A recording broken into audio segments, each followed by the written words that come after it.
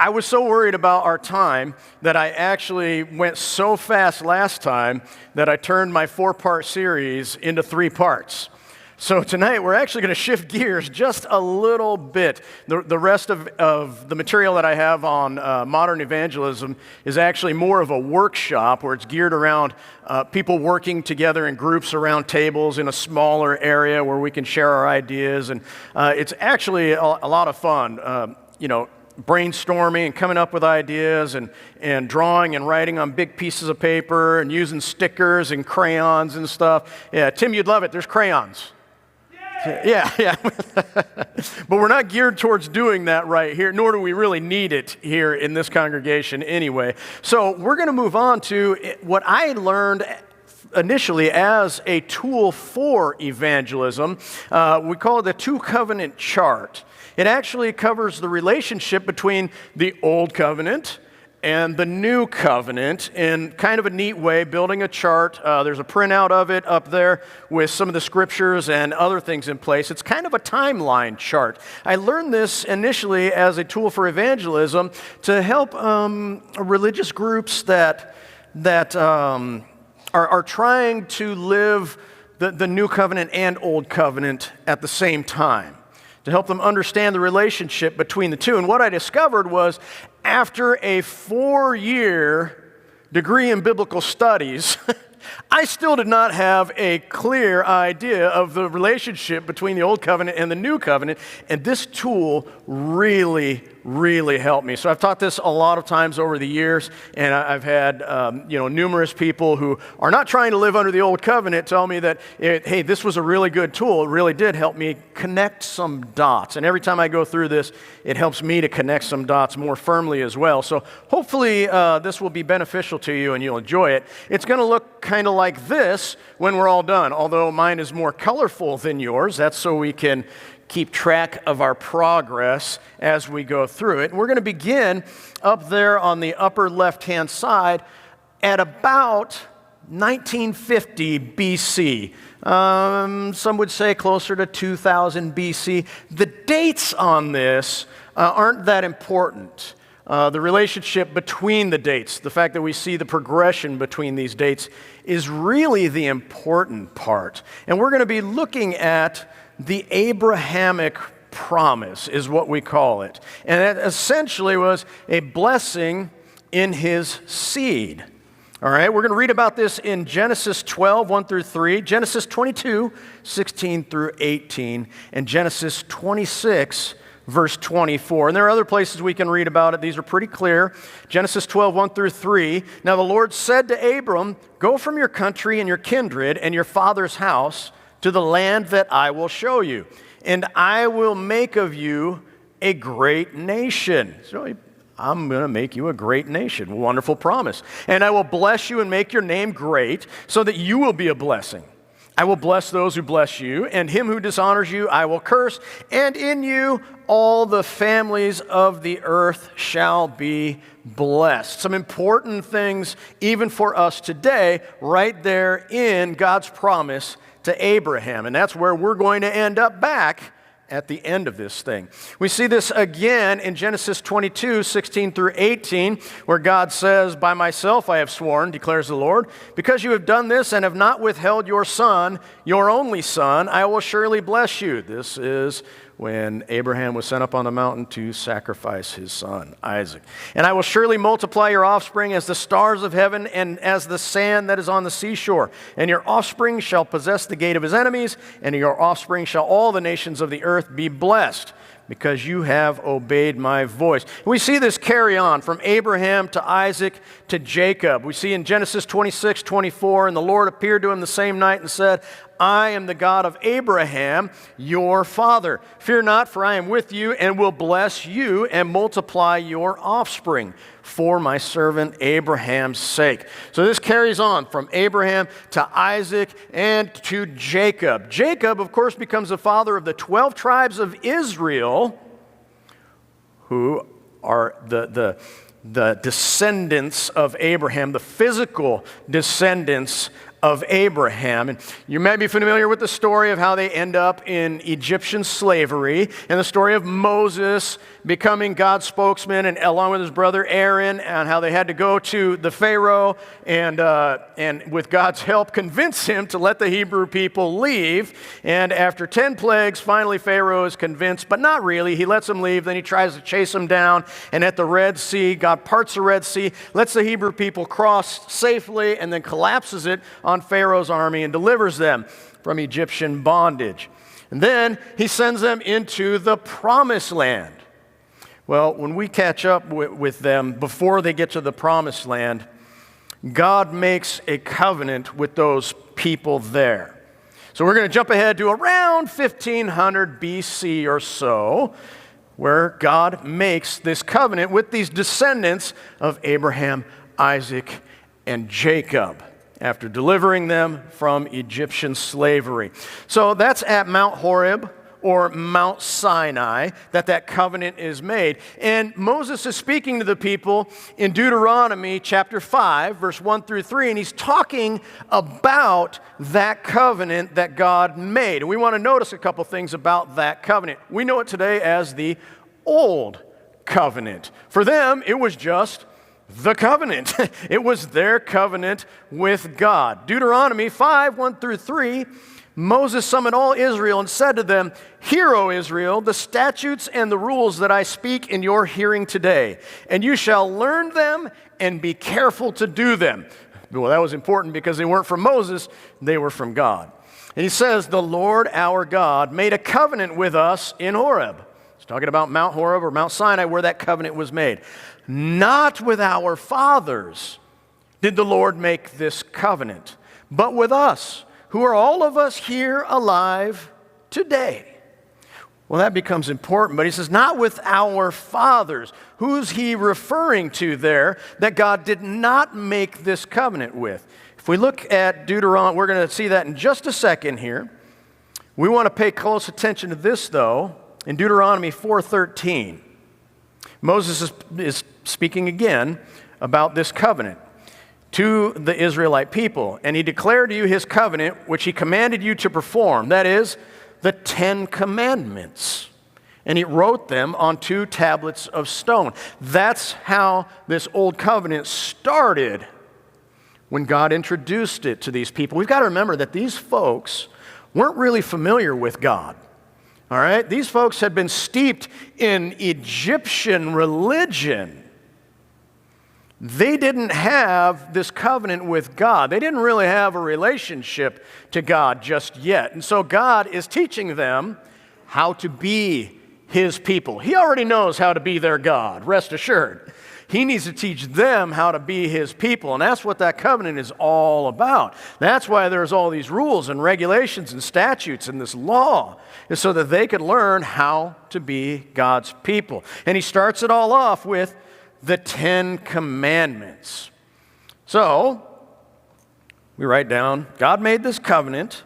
Moses is speaking of it in Deuteronomy 5, 1 through 3. He called it the 10 Commandments. And he said that he made it not with their fathers. This becomes important to us as well. In Exodus 3:15, God also said to Moses, "Say this to the people of Israel, the Lord, the God of your fathers, the God of Abraham, the God of Isaac, and the God of Jacob, has sent me to you. This is my name forever, and thus I am to be remembered throughout all generations." So, we go back to that covenant that was made there at Mount Horeb, known as, in the beginning, the 10 Commandments. And God was making it with the people, as Moses said, all of us who are here alive today. Everyone who was present there became a part of this covenant with God. Not Abraham and Isaac and Jacob. Why? Because they received not a covenant from God, but a promise. That's an important distinction for us today, as we're going to see when we get towards the end of this. So next, we're going to look at about 600 BC or so. We're going to look at one of the prophets. By this point in time, God's people had been moved into the promised land. They had been living there for quite some time. We're actually going to look at Jeremiah 31 and following, where actually this is all crumbled. We've had the divided kingdoms, and the Assyrians, the Babylonians are coming through and just dismantling Israel as a nation and taking people away. And that has all crumbled because, well, that covenant that they made with God, they didn't stick to it. They started worshiping other gods. They started relying on other nations instead of God for their guidance, their rulership, their protection. They stopped taking care of each other in a social sense. You know, God always had a system within His law to take care of those who were less fortunate, so to speak. And they weren't doing that anymore. Instead, they were taking advantage of those folks. And so 3 strikes against them, and God says, you know what? Okay, you don't want to be my people. This is what happens when you don't have me as your God. These other nations are going to come in, and they are going to absolutely dismantle you. But don't fear. Part of Jeremiah's message was, it's not the end of God having a relationship with a special group of people here in this world. And so Jeremiah is going to foretell of a new covenant that God is going to eventually make. And he puts it this way: behold, the days are coming, declares the Lord, when I will make a new covenant with the house of Israel and the house of Judah. Not like the covenant that I made with their fathers on the day when I took them by the hand to bring them out of the land of Egypt. So who is he talking about now? Now when he says not like their fathers, he's talking about all those descendants of Abraham, Isaac, and Jacob who were the recipients of the old covenant. He says this one's going to be different than that covenant that I made with those folks at Mount Horeb. My covenant that they broke, though I was their husband, declares the Lord. For this is the covenant that I will make with the house of Israel after those days, declares the Lord. I will put my law within them, and I will write it on their hearts. And I will be their God, and they shall be my people. And no longer shall each one teach his neighbor and each his brother, saying, know the Lord, for they shall all know me. From the least of them to the greatest, declares the Lord, for I will forgive their iniquity, and I will remember their sin no more.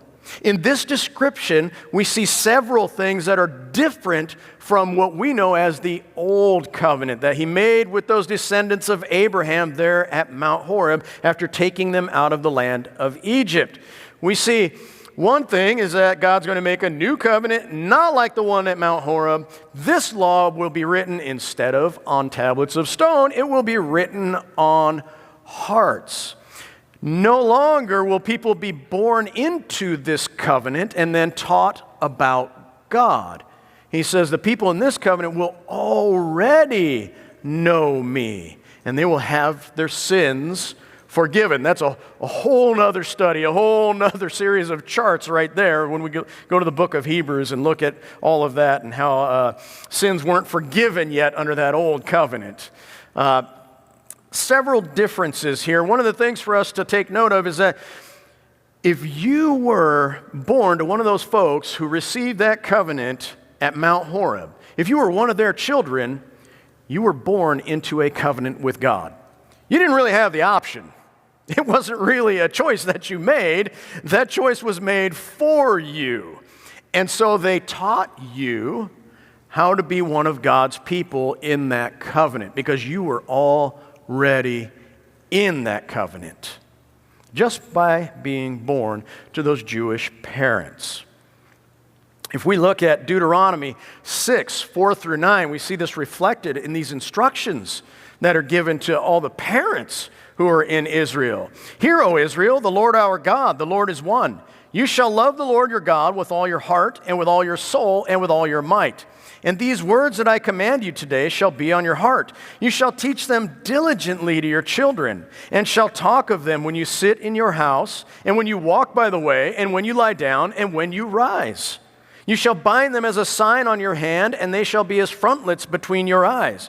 You shall write them on the doorposts of your house and on your gates. It goes on and on and on. It's not leaving much time that you're not teaching your children about being in this covenant that they were born into. And that's why, because they were born into it, they needed to learn it. We still live by this instruction today with our children, but for a different reason. That's because we're hoping that at the right time, they will make a decision to enter a covenant with God. Things work a little bit differently in the covenant that we have with God today. So that old covenant then was written on stone, but God says, you know what, that new covenant I'm going to make will be written on hearts. In the old covenant, you were born into that covenant and then taught to know about God. That was of great importance. But in this new covenant he speaks of, you're not going to be born into that covenant and then taught about God. It's going to work the other way around. We're going to jump ahead again to about 64 AD, where we see this new covenant, that one that Jeremiah foretold. We're going to see that it's described in Hebrews 8, verse 6 through 13. Then we're going to look at other places as well. So in Hebrews 8, 6 through 13, we read, but as it is, by the way, Hebrews is the book of better. Hebrews is the book of better things. And so it's a lot about Jesus because he's better. Better priesthood, better priest, better ministry. And that's what Hebrews 8 is talking about. It says, but as it is, Christ has obtained a ministry that is as much more excellent than the old, as the covenant he mediates is better, since it is enacted on better promises. For if that first covenant had been faultless, there would have been no occasion to look for a second. Remember what God said about the fault in that covenant? It wasn't his fault.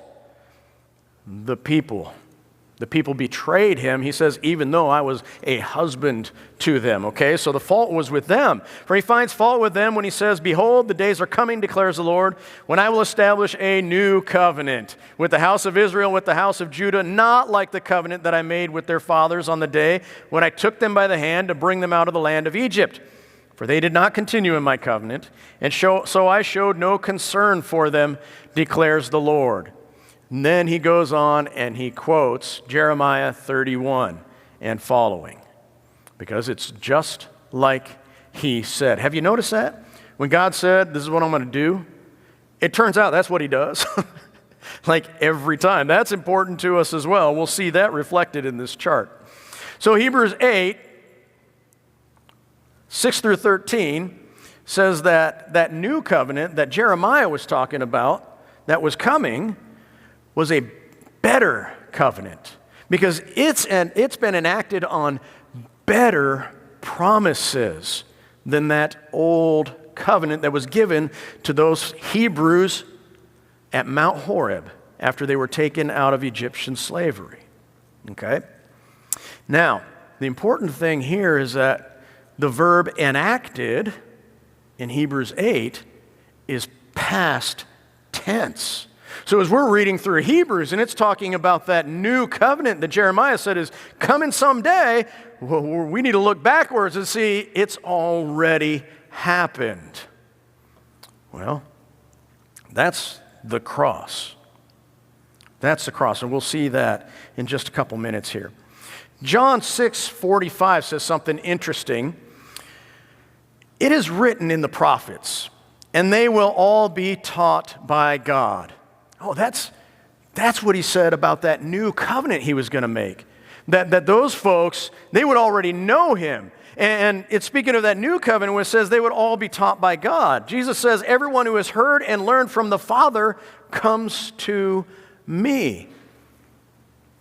Comes to him. So they learn and then they come to him. See, that's the opposite of how it worked in that old covenant. In that old covenant, remember that one, you were born into the covenant and taught about God. But in this new one, which is written on hearts, you are taught about God, and then you are born again into this covenant with God. And that again is a whole nother chart when we get into everything that being immersed into Christ does for us. That's a fantastic study. If you have never looked at all of the different things that the Scriptures say being baptized into Christ does for us, it's really an amazing study. Very eye-opening. But for our purposes tonight, we are born again into this new covenant after already learning about God. Galatians 3:28 and 29 makes a very interesting connection for us. When it says, and again, Galatians is after this new covenant has already been enacted. It says, there is neither Jew nor Greek, there is neither slave nor free, there is no male and female, for you are all one in Christ Jesus. And if you are Christ's, then you are Abraham's offspring, heirs according to promise. That is just amazing and wonderful to me. That because of Jesus' redemptive work, we get to be the offspring of Abraham. We are part of God's fulfillment of the promises that he made to Abraham all those years ago. And because we are heirs, we are offspring of Abraham, we are heirs. We are heirs according to promise. Have you ever noticed something wonderful? The most wonderful thing about God's promises might just be that he always keeps his promises. And isn't that the reason for our hope?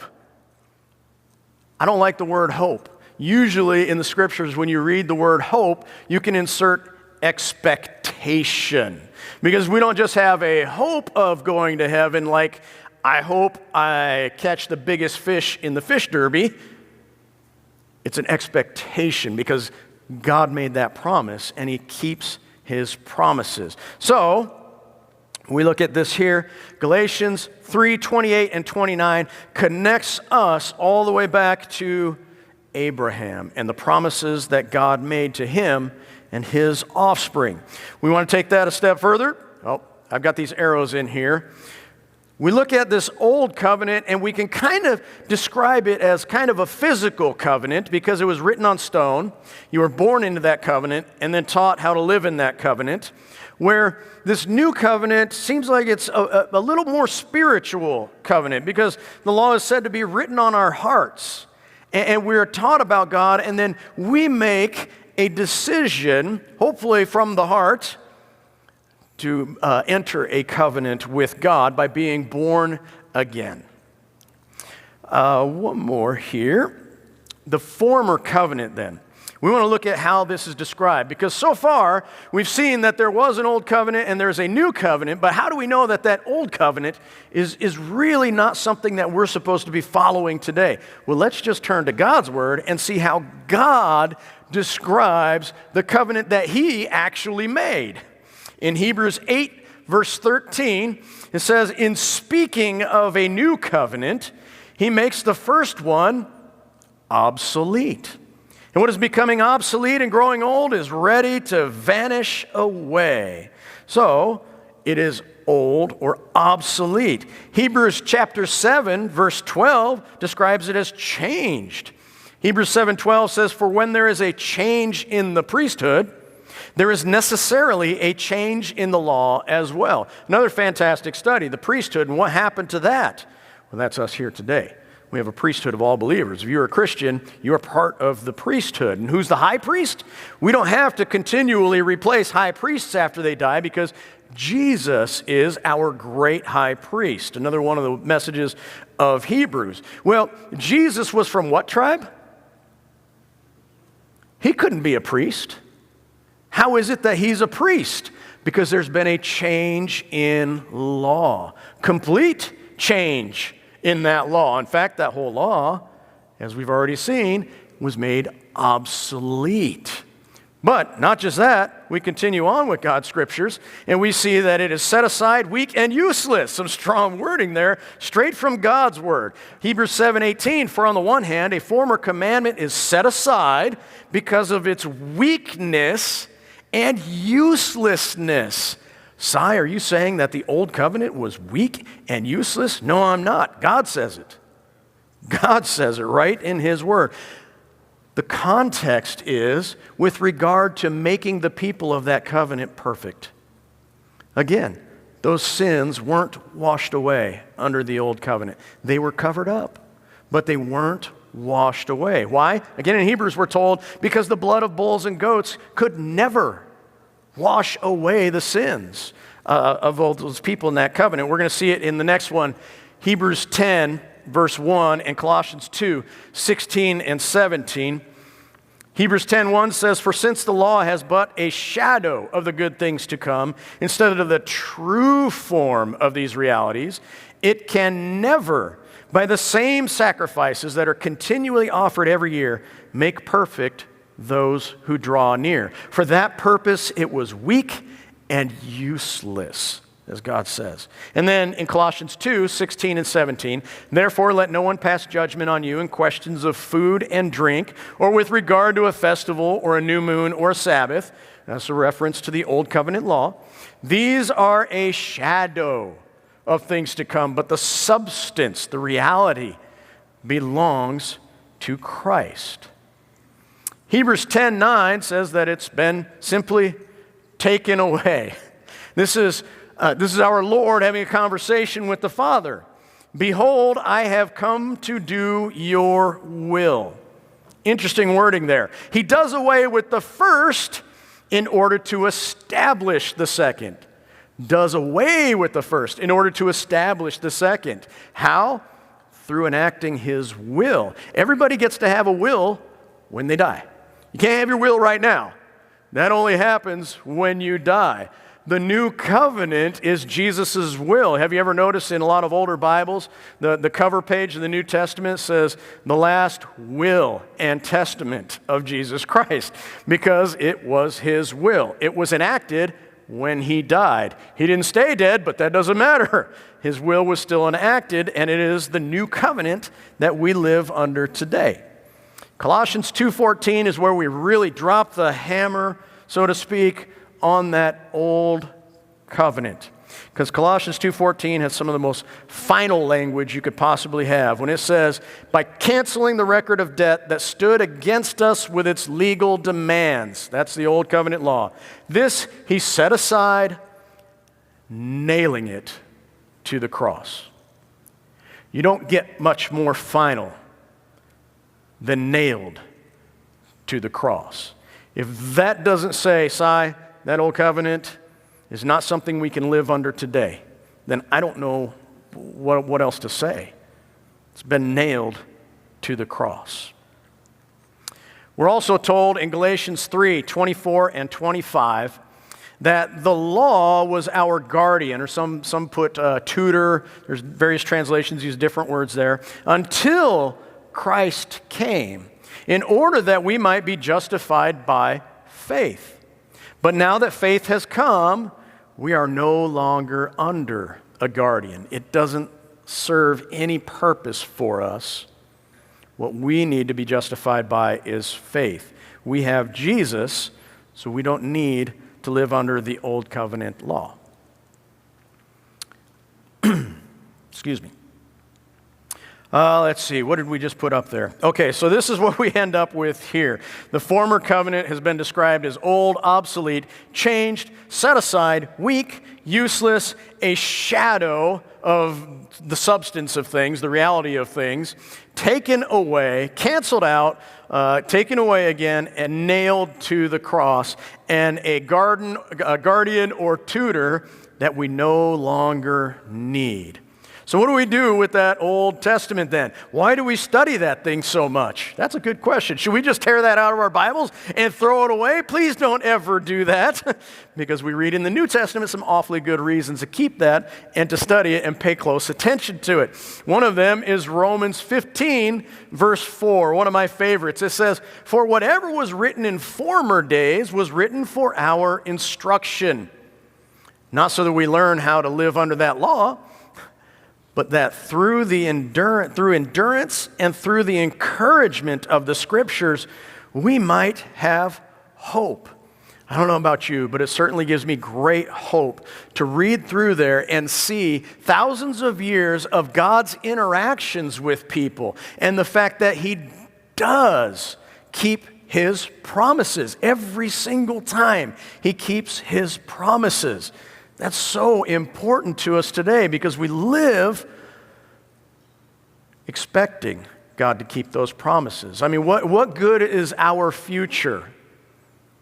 What good is our present if God doesn't keep His promise to us of bringing us home to heaven? What are we living for? What do we have to look forward to? That is so important to us. And so we read through thousands of years of God's interactions with people, and that's exactly what we should learn about His character, is that when God says something, He means it. When He makes a plan, it doesn't matter how hard people try to thwart it. It's not going to work. God's plan will come to fruition no matter what. And when He says, gives a promise, He means it. He intends to keep it, and He is powerful enough and smart enough and wonderful enough to keep every single one of them. Galatians 3:19 tells us that the law was added. We have to do a little bit of math here. Galatians 3:19, why then the law? Okay, yeah, why? If that was something that was going to go away, why did God even give that to us? Why did He ever give that old covenant law? It's a good question. It says it was added because of transgressions. I believe I have more homework to do on that. I'm not sure I have a full understanding of what that means, that it was added because of transgressions. But I do understand that it was added to something, and we'll see that in a second, and that it was added until the offspring should come to whom the promise had been made. Galatians 3:16 says, now the promises were made to Abraham and to his offspring. It does not say, and to his offsprings, referring to many, but referring to one, and to your offspring, who is Christ. Oh. So now we see, when Galatians 3:19 was talking about the law being added, it was added to the promise that God made to Abraham. And then it was subtracted when that promise of that special offspring through whom all the earth would be blessed, when that offspring came, the law was subtracted. And now, today, for those of us in this wonderful new covenant with God, we have the expectation of what? Not the law. We are left with God fulfilling His promise to us. And that is the relationship, hopefully, that's the relationship between the old covenant and the new covenant. It stood between the promise and God's fulfillment of it. It was only ever meant to be a temporary measure until Christ came, in order that God could fulfill His promise to Abraham. And remember, the wonderful part for us is that we are now Abraham's offspring and heirs according to promise. So all those promises that God makes to all of us, all those things that we're expecting someday when we get to go home, they're all there. There's no law interfering with any of that. There's none of that that we have to try to be keeping today. None of that is something that we have to live under anymore. It served its purpose, it's been nailed to the cross, and we are left today with God's fulfillment of His wonderful promises to us.